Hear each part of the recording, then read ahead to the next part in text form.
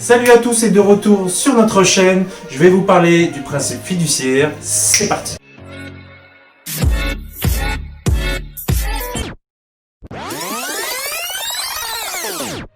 Mais Eric, t'as pas oublié quelque chose? C'est quoi le principe fiduciaire? Ah oui, attends.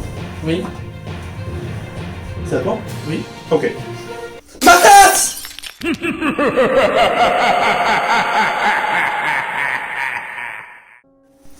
Bon, vu la définition d'Eric, je vais chercher le PC et on donne une définition. Une vraie.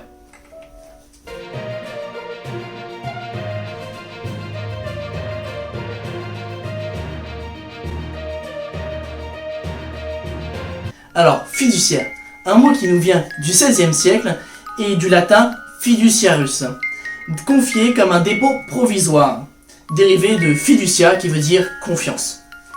Pour être plus simple, le fiduciaire est un principe de confiance. Prenons l'exemple de ce billet de 10 €. Il a été reconnu, donc on accorde une certaine confiance en ce billet.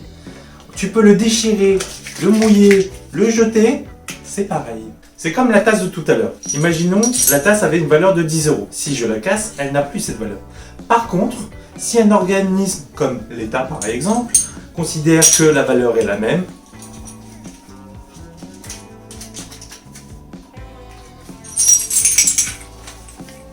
elle vaut toujours 10 €. Donc, si j'ai bien compris le principe de fiduciaire, si je prends un bout de PQ et que je marque 10 €, ça vaut 10 € si l'État le reconnaît. Bon bah, qui veut 10 €? Qui veut 10 €? Exact, à partir du moment qu'on reconnaît son authenticité. Dans ton cas, il faudra la signer, comme le numéro de référence sur les billets. Ok, bah s'il faut juste une signature. Merci. Bon bah maintenant je vous propose de faire comme la BCE et de faire tourner la planche à billets. Et pas qu'un peu, hein. 1000 milliards d'euros. Et oui, pour le coronavirus, c'est ce qu'on a débloqué. Pour ceux qui ont déjà vu la vidéo sur le fonctionnement des banques et la BCE, du coup elle va utiliser cet argent pour rembourser des dettes d'État. Mais le gros problème de ça, c'est l'inflation que ça va générer. Pour vous représenter l'inflation, on va prendre l'exemple de l'or. C'est très simple, c'est précieux parce que c'est rare.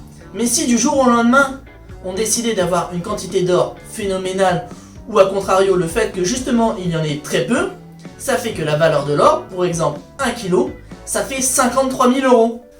Ah, cette fois, j'avoue, Sven n'a pas raconté n'importe quoi. Si on suit un peu l'actu du moment, la NASA a découvert une météorite remplie d'or.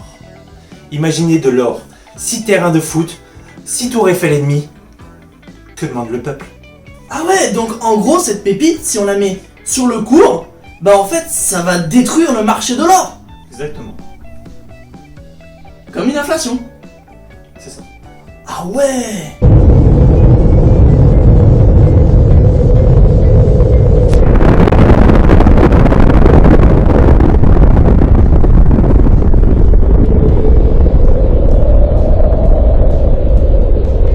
Donc, plus tu en as, moins c'est cher.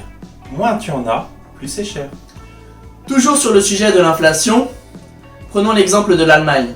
En 1923, pendant l'entre-deux-guerres, ils ont connu une hyperinflation hyper importante. Et oui, 1000 milliards de marks valaient 1 mark dans le temps.